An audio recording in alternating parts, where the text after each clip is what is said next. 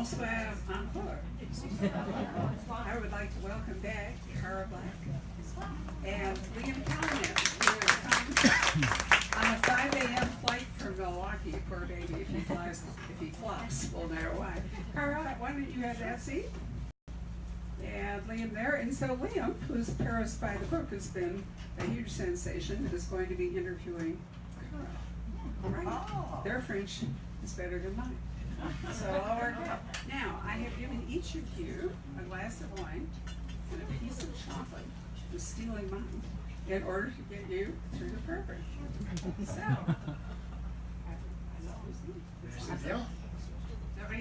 So I think one rule, though, of talking with a mystery author is to always make sure you see the wine poured first. I'm a little very nervous about how this is all going to go.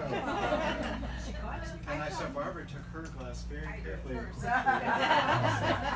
It's not a clue. Actually, my thought was that we would disprove this whole thing about why French women are thin. We want to see wine and chocolate and roll with it, right? One thing I've discovered is I've become vastly more fluent the more wine I drink. So, It's amazing how I think, I'll yes, just go sit over here keeping my mouth. in our Champagne works too. champagne, yes. Well, in any case, this should be probably the quickest 5 hours of your life today. That's when I become fluent after that much wine. But I'm very excited to be here with Cara Black. I met her in the sense I met her on the bookshelf with her first book, Murder in the Marais, which is where my book is set. And so that was where I started my research and was a wonderful way to start. And this new book, Murder on the Left Bank, is gorgeous and it's gripping and it's really, really fast paced. And I couldn't put it down, so I didn't. It was a real treat to read. It's an even bigger treat to be here tonight. And so the format for this evening, and again, I'm kind of the guest host here, so I'm going to do my best to kind of live up to your usual proprietor here. But what we're going to do is, Cara and I are going to talk a little bit about the book. We're going to ask her to read a little bit just to kind of get the flavor in the room. And then I'm going to ask some questions, a little bit about the book and Paris, and we're going to share some more stories. And then after that, we'll open up the balance of the time, probably the last 15 minutes of the hour or so, to questions. So that's the flow of things. They can't hear us over here? All right. Well, we'll speak. I'll just speak more clearly. I had a very unusual evening last night where there's a couple of stores in Milwaukee that were very excited about my book, and so they put together a block party, and afterwards there was a French restaurant that said I should go over there and sign books at the bar, and I did. And then they said, well, but now you should do a talk in the restaurant, which not everyone knew about that. It was like a flash mob of one. So if I'm a little hoarse, it's because I was standing in the middle of the restaurant shouting at these poor people. It was like they were trapped in a subway car near the guitar. Tonight is going to be on a much more even level. But Cara, why don't you introduce us to the book, just kind of give us a general sense of what it's about, pronouncing all the names correctly as I will not. And then maybe we can hear it a little bit, but it starts with Aimee. Aimee LeDuc. Can you hear me? No? Yes. Okay, thank you. So yes, Aimee LeDuc we're sort of, Betty, hi! Oh my God, you're right in front. I didn't even know. Betty, welcome, folks. This book takes place in September of 1999. And Aimee LeDuc, if you don't know her, is a half French, half American detective who's taller and thinner than I am, lives on Ile Saint-Louis because that's where I would like to live. And she inherited a detective agency from her father, who inherited it from his father. And she runs the LeDuc Detective Agency after he was killed in this mysterious bomb explosion in Place Vendôme. And she's turned it into computer security. She hired René Friant, her partner and hacker extraordinaire, who's also a dwarf, and they work together. So that's sort of where we are. In this story, she is a new mother while her baby Chloe is 10 months old. She's juggling the detective agency, she's juggling having a baby, she's juggling the man in her life, and she's trying to earn the baguette and butter it as well. So that's sort of where we are. She's got a lot on her plate, and things begin in a very dramatic fashion when someone comes to her and she's thought she's out of the business of doing criminal investigation. She's just doing computer crime now to kind of keep things on a little bit more even level. I identify with her as a fellow parent, but things take a turn, so maybe that's a good place to start. Paris, early September 1999, Friday. Pale afternoon light filtered into Eric Besson's wood-paneled office as Monsieur Solomon untied the twine that bound together a bulging old notebook. We were prisoners together in a POW camp, Solomon said, wheezing as the lawyer took hurried notes. Stalag 3, C, east of Berlin. Pierre saved my life. Another wheeze. You understand why I did what I did. Besson capped his pen. The effort of talking had cost Monsieur Solomon, who was in his 80s, and he reached for his oxygen mask. After several labored inhales, he grabbed Besson's arm with a crab claw grip. But Pierre's gone now, Solomon said. It's all written in there. My confession, the amounts, dates, years of entries. Besson reached across his desk to take the notebook from the old man's shaking hands. He opened the well-worn volume to see columns of names and numbers, an accountant's tiny, perfect handwriting. He turned page after page, his eyes catching on names and franc amounts, as it gradually dawned on him what he must be looking at. Monsieur Solomon's rheumy brown eyes bored into the lawyer. I'm dying. Get this to the right person. Besson reached for his briefcase. Tomorrow, first thing, I promise. No, you must do it now. A real pain, the old geezer. He'd waited 50 years to do the right thing, and now he couldn't wait one more day? Allons, I'll keep your notebooks in my safe. You don't have to worry. Now, Monsieur Solomon interrupted. This can't wait. I won't leave until you send a note to La Procure de la République. The old coot had barged into Eric Besson's office without an appointment, as well as anyone could barge in with an oxygen machine. My secretary's left already. I literally should be in court right now. Monsieur Solomon pointed a knobby arthritic finger toward the adjoining room. Get that boy there, your helper. You trust him? He's family, but... The old man stomped his shriveled leg. If you can't trust family, then who? Send him. Another bout of wheezing. Worried that the old man would be carried out of his office on a stretcher, or worse, in a box. Besson stepped into the adjoining office where Marcus was assembling a new chair. Marcus was Eric's sister's boy, a gangling, baby-faced, 18-year-old with curly hair and the beginnings of a beard. Here's another job for you, Marcus, Besson said. I need you to run this to La Proc. But I've got plans with Karine. A date. Besson reached in his pocket for a wad of francs. Do this, okay? Marcus glanced at his cell phone. How long will it take? Back and forth in a taxi? 20 minutes, that's all. Besson shoved the old man's twine-bound notebook, its handwritten pages spilling out, into a plastic Monoprix shopping bag, knotted the plastic handles together, and zipped the sack into Marcus's backpack. Go right now. Why can't it be tomorrow? Besson lowered his voice to a whisper. Please, it's important, Marcus. Who is this old fart? A friend of my mother's. Long story. The door buzzer sounded. Besson's colleague had arrived to pick him up for court in Meudon. Marcus, just get this to La Pro. Tell her I sent you. Don't talk to anyone else. Don't meet anyone on the way except a taxi driver at the stand on the corner. Comprends? Marcus, perspiring, loosened his collar as he shut his uncle's door and scanned Boulevard Arago. In the humid afternoon, a woman walked her schnauzer. A car radio blared news into the velvet air. No taxi at the stand. Et voilà! Marcus would pocket the taxi fare and catch the bus. His uncle would never know. Marcus turned onto narrow Rue Pascal and hurried through the dim tunnel created by the street that passed above it a block later. The tunnel echoed with his footsteps and with the rumbling of the cars passing overhead. The old notebook heavy in his backpack, he headed up the stairs to Boulevard de Port-Royal. Marcus was almost at the bus stop. He savored the thought of the money in his pocket. His cell phone vibrated. His uncle. He ignored it. Marcus scanned the sidewalk. Corinne was standing near the bus stop and waved. Another call from his uncle. He ignored this one too. "You're late," a big pout on her red lips. He eyed her lace camisole top and hip-hugging jeans. "My friend's letting us use her place, remember?" Marcus pulled her close. "We're going to a hotel. No attic room with bed bugs in the mattress today." Corinne shook her head. "On your allowance?" He glanced at the time.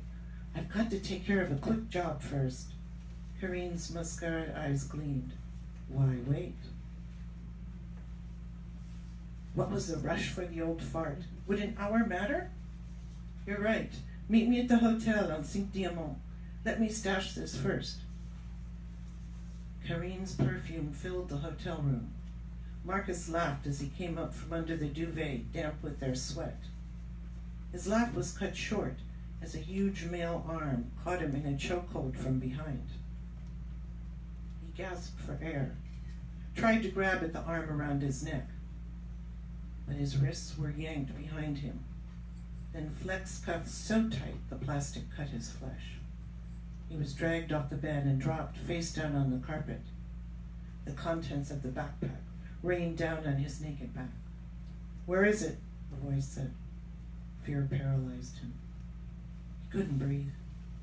A kick to his ribs, then another. "Where did you put it? Tell me or I'll keep it up." I don't know." "Of course you do. Where'd you hide it?" All this over a stupid old notebook? But he couldn't fail his uncle. Maybe he could talk his way out of this, get this animal to untie him, and then, what, jump out the window? What about Corinne? "Let me up and I'll..." He coughed into the beige rug, his mouth furred from inhaling the dust and pilling. The flex cuff, slick with his blood, bit into his wrists like wire. Corinne was screaming. Was that him? He couldn't see anything but beige, and then the blindfold. His body was jerked up and slapped across the desk, the impact nearly snapping his spinal cord. "I'll ask again, where is it?" "What do you want?" Marcus asked. "Cut to the chase, kid. Then your fingernails will stay on." Merci. We are off. So one of the things that, among the many things I love about this book is how it introduces us to a Paris that we think we know, and then also a Paris that's also wholly new. So there's all these discoveries throughout the book that you encounter, but one of the things that personally fascinates me as an author and a traveler to Paris is how Paris is so constantly created by all the books that we read, perhaps for many of us starting with a book like Madeline. And through those books and through the travel posters, we get this kind of very sweet picture of Paris. And indeed, in this opening chapter, we get the two young lovers who are going to sneak off for a little afternoon tete-a-tete, perhaps. But instead, something happens. And I'm just interested if that's something you've discovered or you've really tried to make an important element of your books to kind of bring Paris to kind of a well-rounded light. Oh, that's a great point. Thank you for making that. I like to write about the Paris that's off the beaten track, not the beret and baguette stereotype, the darker side of the city of light, if you will.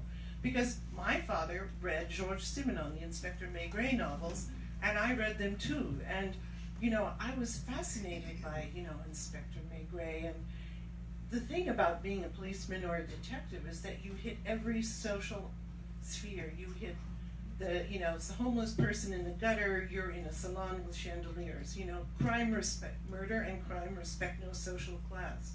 So you get into all the different aspects, of life in Paris. And you've interviewed and spent time with a lot of police, or les flics, as they come with the slang term that comes up in this book. And so you've interviewed them, it sounds like, late into the night. And what are the sorts of stories that they tell you, or what were you surprised to learn, for example, when you talk with them? That things are much more complicated than you would have thought, or that crime is more prevalent, or? They have a lot more paperwork than a PI.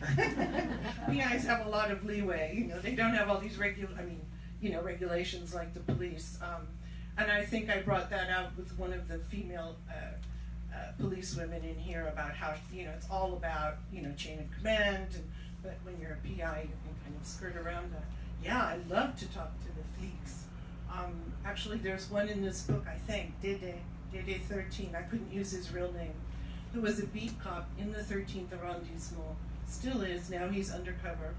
and his first colleague was a man who'd worked in the 13th in the 90s, and so he knew all the stories how crime was in the 13th, which is where the book is set, the 13th arrondissement, and now. And it was great to meet Dede, so he came for lunch. I invited him for lunch. We were somewhere near the Bastille, and he came in, and it was a terrace cafe, and he's like, oh, hi, he said hello to everyone on the terrace, and he's got his scarf, and he's sitting down, and we start to eat, and this was his day off, and he came, and he was going to go meet his mother at concierge afterwards, which was so sweet, and I said, thank you for, really giving me this time on your day off. I said, so let's get to work. Tell me about the crime. And so we went through, and he could show me, a lot of purse snatchings here or different kinds of crime. And it was really wonderful to hear, someone who's in the field talking about what they do. I was very lucky. It's an exceptionally well-researched book, and in fact, if you want to know where to toss a dead body in Paris, the Rue Watt. Definitely. Yes, Yeah. it's a very good place. Can we talk a little bit more about the 13th? Each one of your Paris books is rooted in a place, as I mentioned. The first book is set in the Marais. This is in the 13th, which is a part of Paris that people may not be entirely familiar with. We're in the left bank, but we're pretty deep in the left bank on the way to Montparnasse. I was somewhat familiar with it because, of all things, my high school French language textbook, the Thibault family lived at Numero 10 Place d'Italie, and so this, and Butakai, where a lot of this happens, is just down the way from that. But I wonder if you could tell us about the 13th and then this amazing factory or artisan community that happens there. The 13th they're calling the New Left Bank, the New Rive Gauche. It's where the Bibliothèque Mitterrand is, that sort of upside down glass table library. And a lot of it is very modern and new, but it was a big it was until Haussmann got to work in the 1860s, these were just a collection of little villages. And what I love about the 13th, and especially as you say, Butakai, there's these pockets of charm that remain. These hilly cobbled streets, these little 2-story workers' cottages that are very nice right now. And it has that feeling. But there was the river, the Bièvre, the tanners and the dyers polluted so much that they closed it over in the 20s. But there's a manufacturing part, there's these little villages, there's the part of, they call it the biggest Chinatown in Paris, but it's not Chinatown, it's Le Petit Asie, because the people there are from Cambodia, Laos, Vietnam, and they live in these not so appealing tower, Stalinist tower blocks that were built in the 60s and very cheap, so a lot of them moved in. But I want to talk about the art, because what we used to call graffiti, and people got arrested for, is tag art, and it's become really popular. The mayor of the 13th arrondissement, the socialist mayor, has embraced it, especially icons like Miss Teague and Jeff Aerosol, these tag artists. They're mainstream now, and they're showing these big galleries. But you find some of these buildings with this incredible tag art, and yet at the tip of it, you've got the Gobelin Tapestry Factory,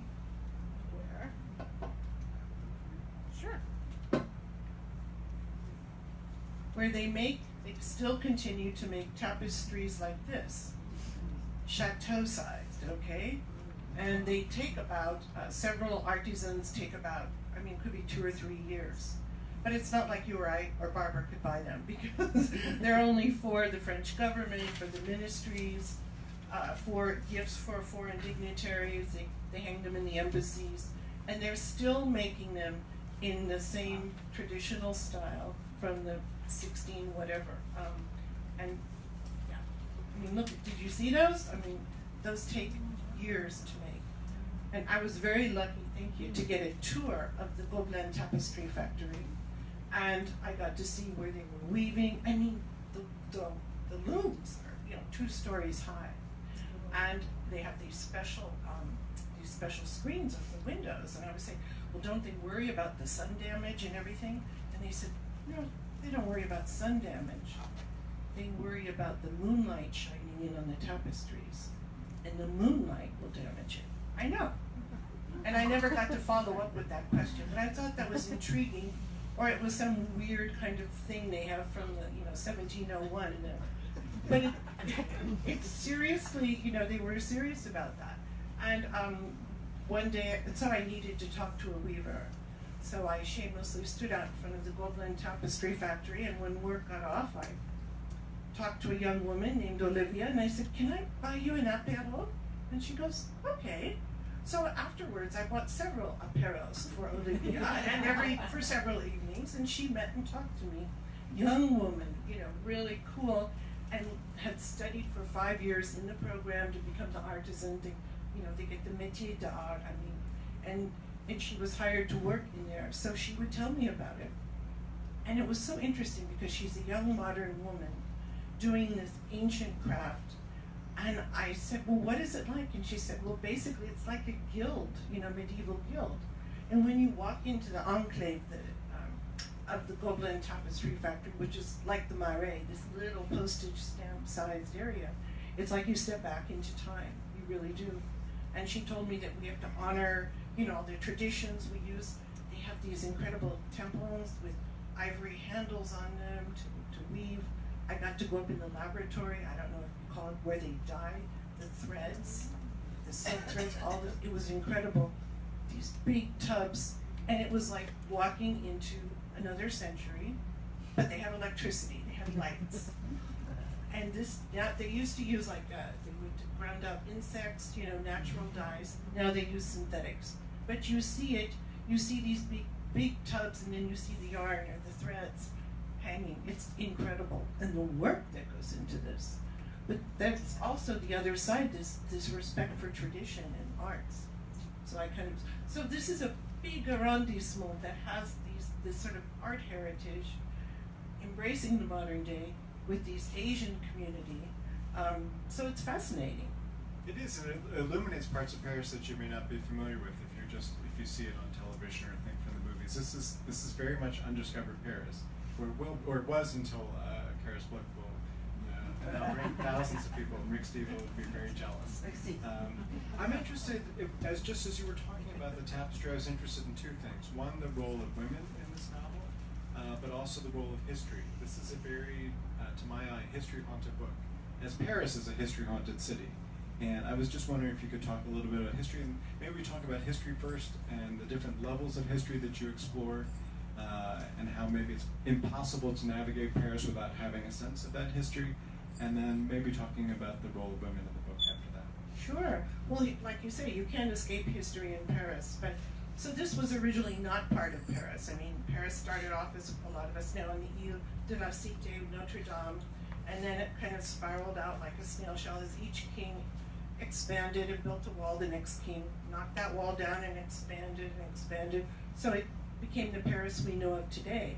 And the history is so amazing, because when I was trying to find out about these villages, which are now part of the 13th arrondissement, it was, they had these, like, Butokai, which means hill of quails. There's no quails there anymore, but there was a time, right, when there were quails. And so I was asking people about this, and a more recent history would be, I spoke to a watch repairer on Auguste Blanqui, I think it is, the boulevard.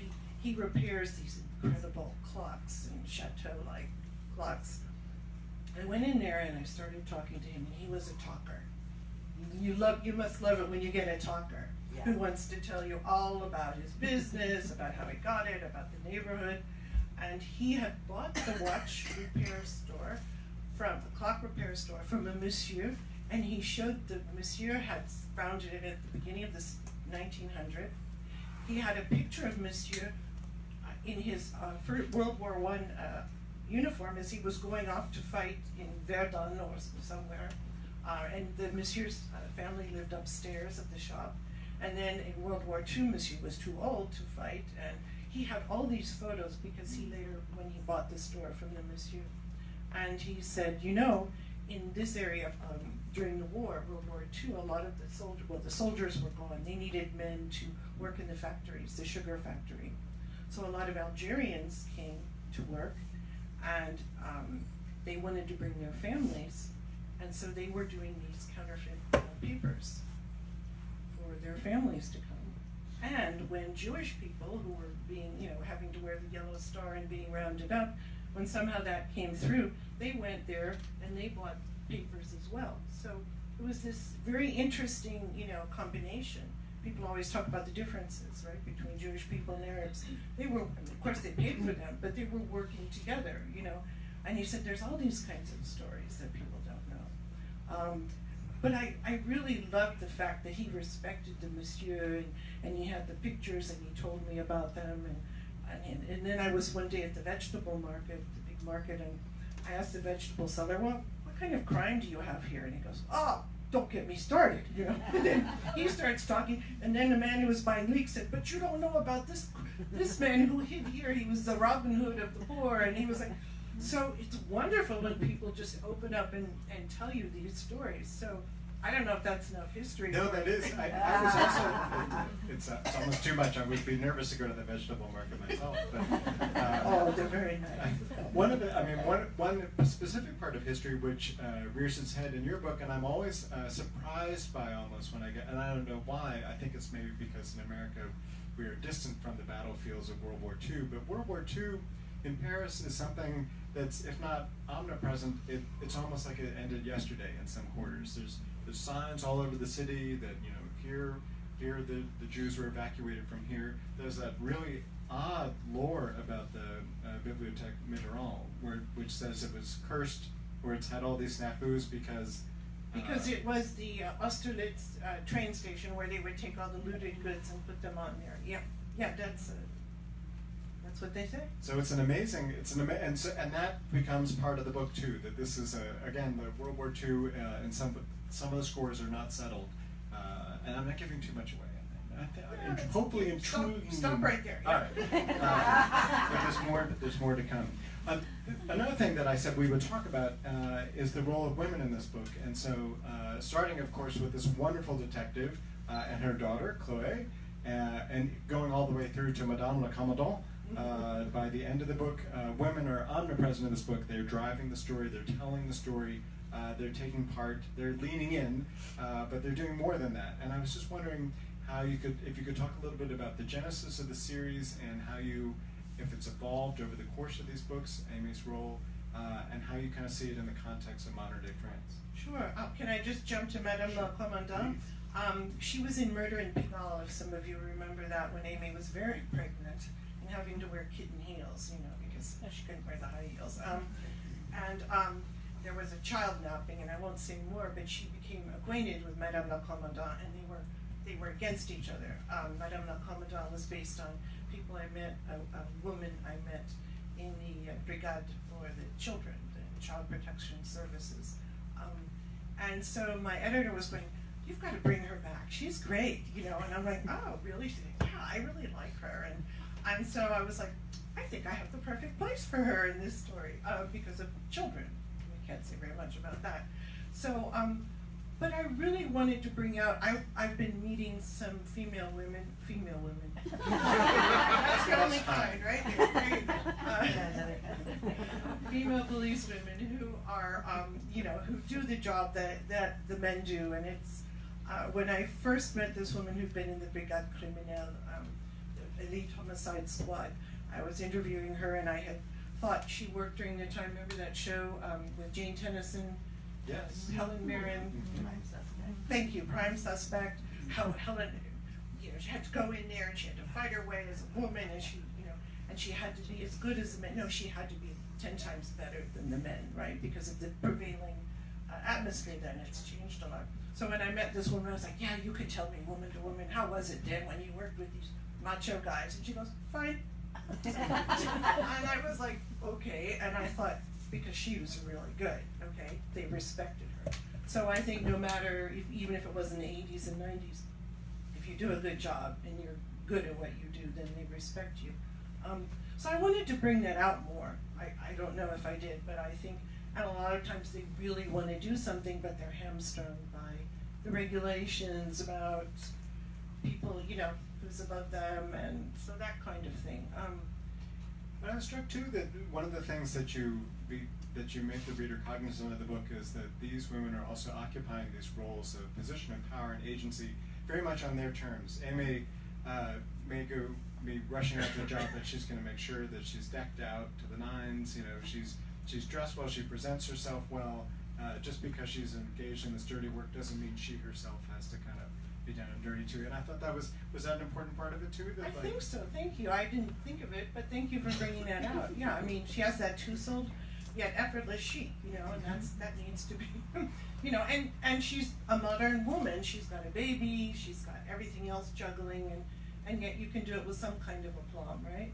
Absolutely. And she's also just a really wonderful parent, and who knew that so much suspense, well actually anyone who's a parent knows that so much suspense is derived from parenting, but it's an important part of this book. And I remember actually when I was working on my first book and I went to New York to meet my editor for the first time, and I reached into my pocket hoping to pull out my Palm Pilot, because this was quite a lot, and instead I pulled out a Binky, and Aimee has a similar moment in the book where she Pulls out the reaches, biscuit. yeah, she pulls out the biscuit too. So that's also part of the research, is even like if you ever wonder about Bébé Swim, where the infant swim classes are in Paris, you'll discover that here as well. Yes, I forgot to mention the public pool in Butokai, which has the mineral waters that feed it, and where the inhabitants go and get their water bottles filled. That's a very important part of the story. Yeah. Was that what, can you talk just a little bit about, and then maybe we'll talk a little bit about your writing life and habits, but just before we check in with that, writing about Aimee as a parent, and how that was an important part. To me it was an important, and maybe I'm just reading with parents' eyes, but it was an important part of this book, as she checks in with Chloe, her very young, how old? 10 months. 10 months, very young, who's got the amazing, I think we all need to have a Babette in our lives. Oh, Babette yeah. is the nanny. I wish I'd had a bad Yes. I think somebody even says that in the book at one point. And so, could you just talk about how that became an important part of the book for you, and what sort of feeling you endowed that with? Sure. I thought when Aimee got pregnant, I thought, well, she can't have a baby. I mean, how can she do this? You know, is this impossible? And my editor said, well, you're writing a series. Don't you want to stretch? Don't you want to challenge your, you know, detective and heroine? I go, yeah, but, you know, a baby, yes. And so I thought it was just logical. I mean, her biological clock was ticking. It was something that would happen. And so I bit the bullet, and I thought, well, she will have a child, and how will that be? And then I thought that sort of satisfied an inner need for her, because if you know some of her story, her American mother abandoned her when she was 8 years old. So this longing for family, this is her wound. She's not an alcoholic like we see in many books, the wound, or divorce, but she, you know, family. She's always, I think, a child who loses a parent, whether to an accident or whether they, you know, divorce or abandonment, they always feel that they were somehow guilty, you know, whether it makes sense or not. And I think she's had this guilt. She's always searched for family. And when her father's gone, she has no one. And so, and her American mother, who is this, you know, on this watch list, a terrorist who knows, you know, has pushed her away, she thinks. So I really thought, well, she can have a baby and she's going to be determined that she will not be the same. Oh boy. No, and she's not, right? And even when she's not there physically with her, she is always taking care of Chloe. Chloe is always on her mind throughout the book. I think it's a beautiful, beautiful device, because it brings a lot of heart to the book as well, and to Aimee as well. Can I ask kind of how you discovered a female detective agency in Paris many years ago, which kind of gave rise to this series? If I'm You not have the mistaken? picture here? Yeah. I was standing on Rue de Louvre. Oh, it's in there somewhere. Okay. I was standing on Rue de Louvre, and you probably, did any of you see that Woody Allen film, Midnight in Paris? Mm-hmm. This is where the man went in to hire the detective. Duluth detective. Okay, there's that oval window. And so I was standing on Rue de Louvre one day when I was starting to write, and I realized I was going to have a detective. And then I missed the bus. And then I saw this sign, which is really great, cool, 30s modern, and it said Duluth Detective, and I thought, well, I better meet a detective if I'm going to write about them. You know, that's how scientific I am. So I went inside and I met Martine, who was very gracious and accepted me, and they're a big detective agency in France, and started telling me about what she did, the nuts and bolts, which is not really glamorous or exciting, you know, a lot of detective work. She specializes in missing persons, unlike Aimee. And she started telling me about what she did. she inherited it from her father and from her grandfather. She showed me her grandfather's photo when he'd been in the Surete, and he had the handlebar mustache, and it was just wonderful. So I shamelessly stole her history and gave it to Aimee LeDuc. But I know Martine. I saw her in October. I went to visit her, and I take Aimee LeDuc tours and we go visit Martine. And Martine was just celebrating 50 years of owning the detective agency. And I said, Martine, what about your sons? Oh, I don't know. I said, aren't they going to, take it over and keep it in the family? He goes, for my job, for this job, you need to be passionate about it. You really do. I mean, and she said, they're not really interested. And I said, well, how do you mean passion? And she said, when people come to us, and we're talking about missing persons, they have nowhere else to go.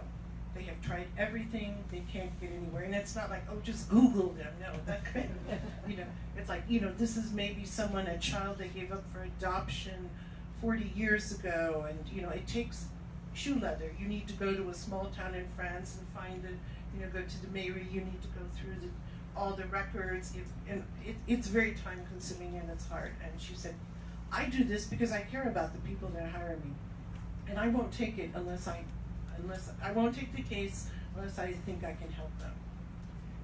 Cara's got a wonderful website, and I was crawling all over it earlier this week to desperately get ready for this interview. And one of the things I came across was an interview with Martine, and one of the things that really affected me about that interview was she talks about the exhilaration she feels, like that when she gets it, when she cracks the case, and I thought that's something actually that you bring in very well into this book too. That Aimee, despite all the things that beset her, despite parenting and all of it, she still there's the thrill of the chase for her in that. And I wonder if that informs your own writing, your own way of approaching. Is it, as a fellow writer, I know better to ask them, is it an exhilarating process every day? But there's a You know what it's like. Yeah, I do. But for the folks here, what do we just? But I mean, there are moments of exhilaration. But can you just tell us a little bit about your process, how you develop the books, how you assemble them, and when, if ever, those exhilarating moments come? Well, being in Paris is the best part of my job. I have to research, and that's really what I do for research. I mean, a tough part.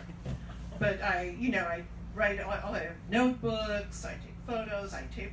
No, I use my phone now, and I record conversations. I eavesdrop on the bus, just to get the cadence, of the. Anyway, so I come home, and then the hard part starts. Right, move the dog outside, and I start writing, and I start with the place, so I am excited. I have to say, I flirted with the 13th arrondissement for several years until I felt I had the story that would work here, that would be organic. So once I got into the 13th, I really immersed myself in that, and there were so many things I wanted to put in the book, things I discovered, but they didn't serve the story. So, sorry, it's great, but it doesn't work here. So I start with the place, how Aimee LeDuc would be involved, why would she be here, what is the crime, where are we in her life, all that sort of thing. And I go from place, and I go from there, and I just sit down, and it's, what I do now, I write scenes. I don't set myself a word count, I don't know if you do. I said I'm going to write a scene today. It could be short, it could be long, but it's a scene. We start somewhere, we learn something, we discover something, we end somewhere else. And then I do that in the morning, and then I go do the wash. And as I'm putting things, have I told the elbow story before, where when I have a top loader, when I put from the wet clothes into the top loader of the dryer, somehow that elbow motion, and I'm going like, well, of course, this is what's happening next, because I haven't been thinking about it. And then I'm like, I run upstairs and I start to go and reread it, and then I stop, and then the next morning I start rereading what I wrote before, tweaking it, and then going on and into the next scene. So I heard Ian Rankin say once, or I read the quote, he said he used to get these great ideas at night. He'd have this dream, he'd wake up, and then he'd forget it in the morning, which I don't know, it's happened to me a lot. And he said, you have to have a pen and paper or something right there, so you just reach out and you write it down, because you wake up, it's going, psh, finito, it's out there. A favorite writing quote of mine, I've heard it attributed to E.L. Doctorow, and I'd be interested if you ascribe to it, which is that writing is like driving at night. You can see as far forward as your headlights, but that's far enough. Are you someone who drives in the daytime? In other words, you know where it's ending, or do you drive at night? I drive at night. I drive, and there was that movie, wasn't it, Drive by Night or something? Yeah, like Reese Bowen. Neither of us outlined, so we drive by night. How about you? I drive by night too. I'm walking tonight, but usually I drive at night. This again because of my poison pen wine here. I think this is probably a good intersection to bring other people into the conversation. Before we turn off our Facebook and thank our audience for joining us, Liam came prepared to talk to Cara, but Cara, I don't think, came prepared to talk about Liam's book, and I think we should do that for a minute. And the great segue was missing person. Yes. Because Paris by the book, Liam was here in March, and his book was our Modern First Editions Club pick. And it went on to become a big bestseller. I wasn't kidding when I said these are the last of the first editions that we've held on to. But it all starts when a woman, an American woman, her husband goes missing. She thinks, maybe he's in Paris. Yinsu? Should I speak more, or should Sure. I say exactly? I mean, and this book actually started in a very similar location to where we are now, in the sense that it started in a bookstore, and my family and I went to Paris with the idea that, because, by the way, the reason we went to Paris is because we live in Milwaukee, which even today was 58 degrees, and so in the spring we try and get out to someplace warm, and I will say that your town was too expensive for us to reach by air, and Paris was cheaper than Phoenix in the spring. And so we went, and on the last day of our trip we found our way into an English language bookstore, and the woman offered to sell it to us. She was closing the store, and she had a daughter who had grown old, and she looked at my daughters and she said, "You would be just the people to take this over." And my wife and I looked at each other and were like, "No." And so we didn't take her up on it. But in this book, I basically kind of do take her up on it, and so I explore. So I drove at night with the headlights on to kind of see what would happen if a family took over a bookstore in Paris. And one of the things that happens is someone disappears, and they have to go around the city looking for them, without, sadly, the help of someone as talented as Aimee. And I definitely think our protagonists would be friends. Well, I think that's very likely true. One of the things I especially like about the bookstore that our woman chasing her husband, she hopes, through Paris, is that it's devoted to dead authors. So it's not your ordinary bookstore. But there's much to love in it aside from going around Paris. It's got a quest.